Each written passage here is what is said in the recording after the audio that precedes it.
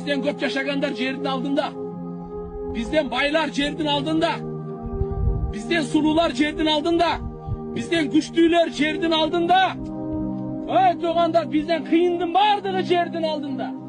Biz eş kim emezbiz.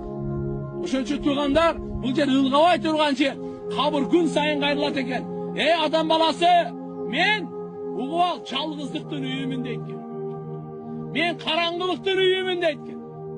Men korkunçluktun үйүмүн дейт. Men kurт кумурсканын үйүмүн дейт. Туғандар, кабырдын күн сайын кайрылуусун угуп коелу. Ошон үчүн айтат экен, мен үстүмдө сен таза жашагын.